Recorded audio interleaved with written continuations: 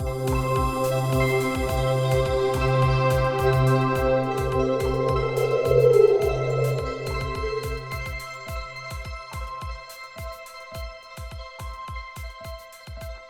afternoon. Nearly there. Last stint. Here we go.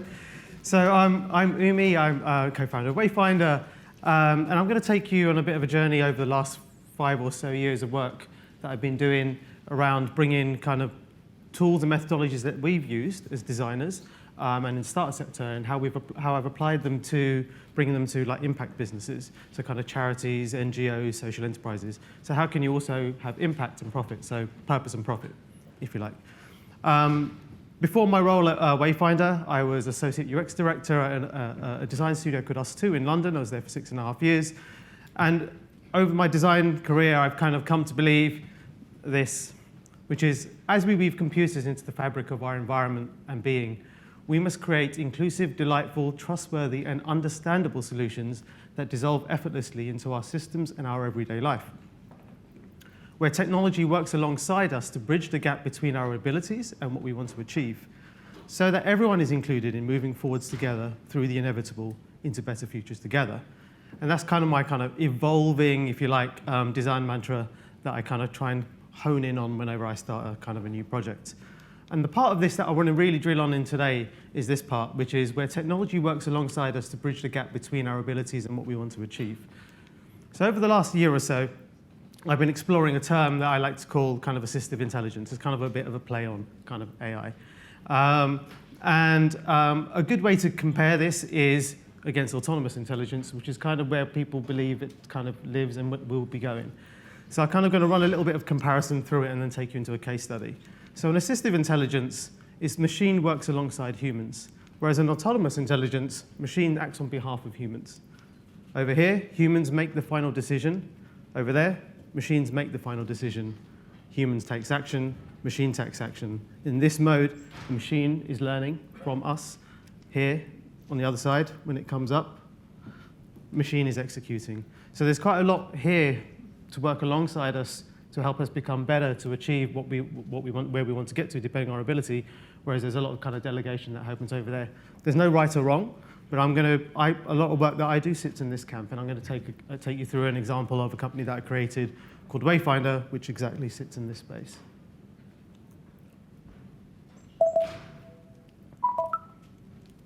So, whilst at Us2 in 2014, I worked with a charity called the Royal Society for Blind Children. And based on the work that we did with them, and we looked at their kind of youth manifesto, and in response to that youth manifesto, which outlined the challenges that young blind people face living in cities, everything from education to employment to transport, and the core to this was independence. That was the biggest deal. So I'm going to share with you the journey that we've been on, I guess, for the last 5 years in 10 minutes. So I'll begin by setting the context in which Wayfindr lives. So we are on the path to weaving computers into the fabric of our environment. This is being accelerated by low-cost, off-the-shelf, readily available technology.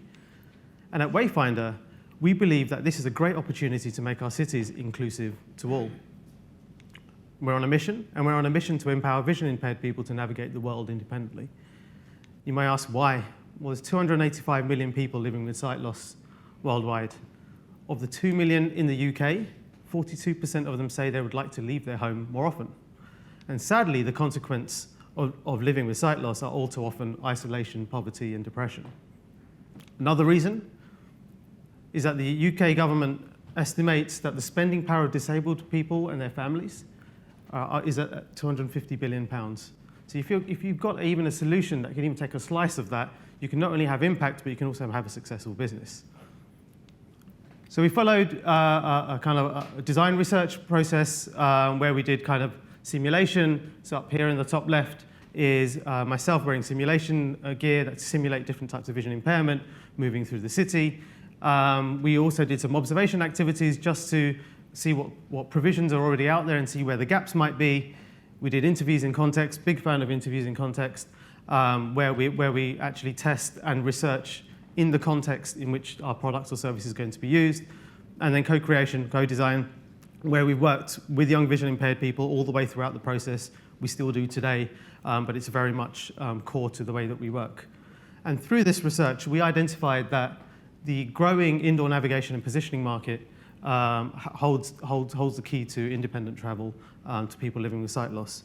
But a couple of the challenges that we needed to set ourselves so we could make it a sustainable business, not just like a one-off intervention, is that we must bake accessibility into the rollout of indoor navigation systems, was one of them. And that's going to, I mean, I'm sure a lot of you, if not all of you, have worked on digital products, and then the accessibility is bolted on later.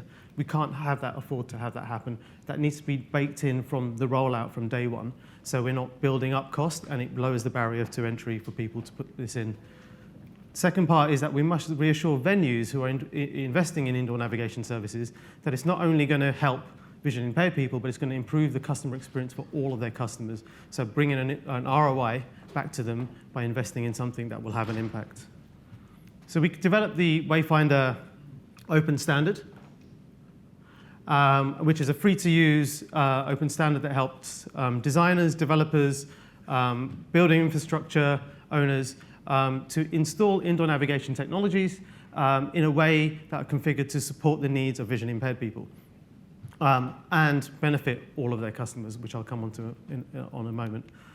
So I'm going to take you a little bit through a bit of a granular process around how we created the standard. So in 2016, this is kind of what our process looked like.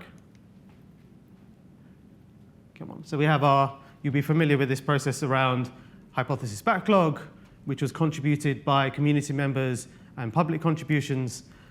We would test these in live and lab environments, which I'll give you an example of in a moment.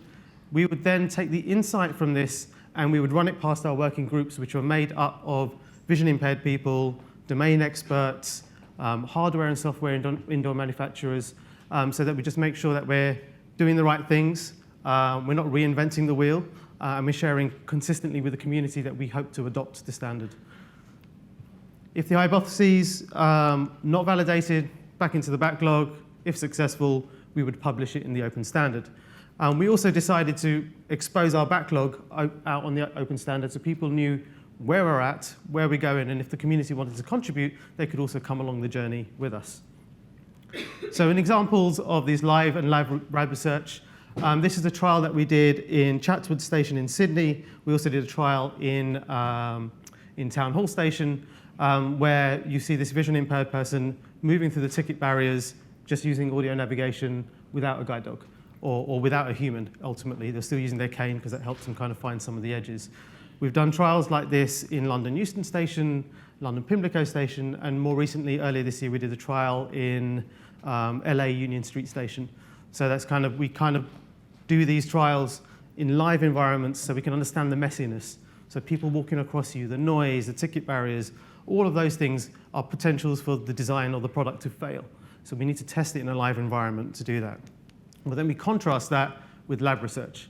You see this lovely dog in the background here, where we can test in a lab, repeat activities over and over again. So whether, when do you trigger an audio instruction? Did the person understand what that audio instruction was, and did they complete the action correctly? So we can run those over and over again repeatedly just to refine the language that we're using in the audio instructions as well. So this contrast kind of helps us work our way through and move quickly.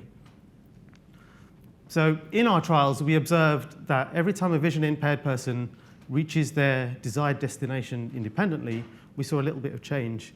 We saw a change in the perception of their own abilities. So we believe that and we've seen them after we've spoken to them, there seems to be an increase in confidence, and that increase in confidence is the part that would lead to kind of the independence to get out and go do stuff. We're not limiting ourselves to transport. This was a trial that we did in the Smart Cities trial in Barcelona. This is a shopping mall, and this young lady is going to buy something for her mum. And you might be thinking, oh, this is going to be quite good for me if I'm going to Westfield or if I'm going to a different mall in another country. But with audio instructions, I can get around. So taking an inclusive design approach from the outset not only will help vision impaired people, it'll help tourists. We've done trials with people who are in wheelchairs. Instead of having one phone in your hand and trying to move along, you can use both hands on your wheelchair. You've got audio instructions. It's great for people with dementia. It's great for people with learning difficulties. Now that opens up the market massively. Now when you start to talk to retailers and saying, well, you can have all of these customers if you make your venue audio navigable or use the Wayfindr standard when applying this, the kind of business model and the business case starts to shape itself out.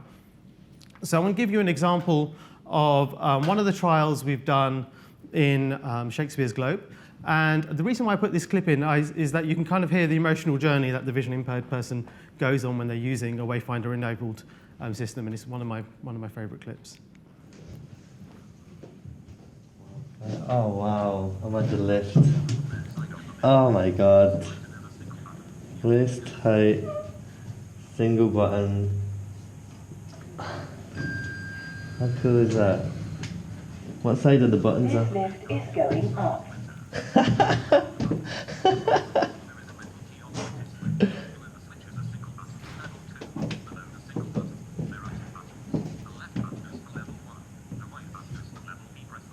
No way, that is so cool. Is everyone in? Yeah. Oh, I'm so not disabled at the moment. That is so empowering. I'm not so disabled at the moment. That's so empowering. That's kind of what gets us out of bed every day to continue to kind of do this and chip away at it. And that's just a simple bit of technology. In this instance, beacons and a phone. The technology is moving on. You can use Wi-Fi enabled blueprinting, but it's coming. So we should need to have that access built in from the outset. Another reason we're doing it is that there's this convention. It's the UNCRPD, the United Nations Conventions on the Rights of Persons with Disabilities. This was the fastest negotiated and adopted human rights treaty in history. And the basics means that all people with disabilities have the same right of everyone else. That's kind of the bottom line summary. And this is really important. Now, this organization, where this treaty has been adopted is everywhere, pretty much across the globe, apart from the places in yellow and grey. It's iffy a bit on the yellows. Let's ignore this bit over here. And the reason why that's important is because that's kind of will get us the global reach that we need, because we need to get in there before the technology gets in there. So there's an organisation called the ITU, and they're a bit like BSI or ISO, and they're like the technology and communications body on behalf of the UN and kind of technology-related things, and they ratify the UNCRPD standard. And in 2017, they asked us to submit our open standard, which was basically better design guidelines and the product that we were developing, and they approved it to become an international standard. And they gave us this really catchy title, ITUT F.921, which is probably a bit more memorable than Wayfindr, but which means that now that when those countries start to roll out indoor navigation, that's a big deal for us. So that means that there is something in place that allows inclusion for people getting around, but it helps everyone else. So there's kind of we kind of managed to get in before the technology gets rolled out. Now, this couldn't have been done without kind of our community. Our community is, well, first of all, the people that we were funded by, and our community. Our community is made up of charities, indoor and hardware indoor navigation partners, research institution, app developers. And the reason why we needed to have this community is because this is a multidisciplinary, multi-sector collaboration. No one organization can tackle issues at this scale. So collaboration is at the core at making some of this change happen. And when this community comes together and they're able to put the efforts behind something like Wayfindr, things like this can happen. And this is a video from Houston. It made me feel a little bit more like a Londoner because, you know, you can get shoved and stuff on the underground, but I feel like that's what travelling in London is all about. We can kind of be in the midst of things a little bit more rather than having a person guiding us and making sure, you know, we keep away from everybody. I think it just made me feel included in just travelling, really. You are now at the platform. Eventually, hopefully, it could be expanded to city level, to restaurants, to shops, and that would be really revolutionary. That would change our lives, I think. We wouldn't need any assistance to get anywhere. If we had Wayfindr, it would bridge the gap between someone who's sighted and non-sighted that little bit more, I think. Yeah, what she said. Yeah. And on that note, thank you for listening.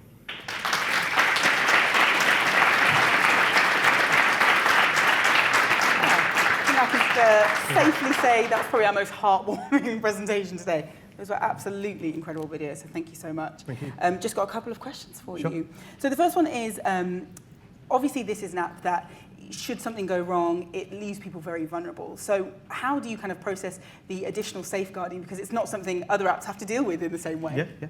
So first of all, the app that we have is open source. So, but that is to be integrated into other apps. So, and we have the standard. So that is to be integrated into something like Citymapper or Google Maps or Apple Maps, so on and so forth. The standard outlines the way that you would guide the vision-impaired person through it. But I can talk to how we did it in the trials and how we ensured the safety of vision-impaired people and how that scales out. So we worked very closely with Transport for London when we did these trials. They would be on site. We would have a literally site visit. That was a bit more of a challenge to run those trials. It got even worse when we went to LA, right? So, because the litigation culture out there is next level. So we had to make sure all our insurances, for a small charity, if you like, that was a lot to pay out to make sure that we got the I's dotted and T's crossed. But where we have it is there is a part where we do not replace the guide dog or the white cane. Right, so that's really important. This is why this is an assistive intelligence, or if you like, it augments the skills that you already have. Because vision impaired people are either trained with the white cane or a guide dog from the outset. So we don't want to be replacing the learning that they already have. Also, in addition to that, they can switch it off. So once they're familiar with the venue, they don't have to have it all shouting in their ears, or it can notify them of changes that might have happened since the last time they have come, i.e. the escalator is now changed direction or something like that. So there's kind of ways to kind of build it in, but we're not de-skilling the human, we're just building upon the skills that they already have. Fantastic. And one more quick question, which is, what are the challenges of being kind of social within tech, which I think it's fair to say profit is never far from people's minds, and that's not what you're doing. So what are the kind of unique challenges of that? The unique challenges are, okay, so from a traditional social, so let's take charities, NGOs, the way that they're funded is primarily the issue. So they're funded based on each intervention. So we're going to go do this, give us some money, Mr. Philanthropist or major donor, we will go do this. When the money runs out, the impact runs out. That's not a sustainable way of doing impact. So I created this social venture canvas, which allows designers or products or companies to be able to design businesses that have taken into account the social value, the user value, and the financial value. And it's not easy, but you can, if your impact is built into, if you like, acquisition or your growth, then the more you sell, the more impact you have. And if you can get the impact investors, there's a whole community of impact investors that are now bubbling up. I'm actually a venture partner at one called Bethnal Green Ventures. So there is this emerging space that's allowing for that, and VCs are also coming on board with, yes, the impact will be longer, but there will be a return on it. Brilliant. Well, thank you so much for that. That was just an incredible talk. You're doing incredible work, so let's have a huge round of applause for uMe, Pandya. Thank you so much. All right, next up we have...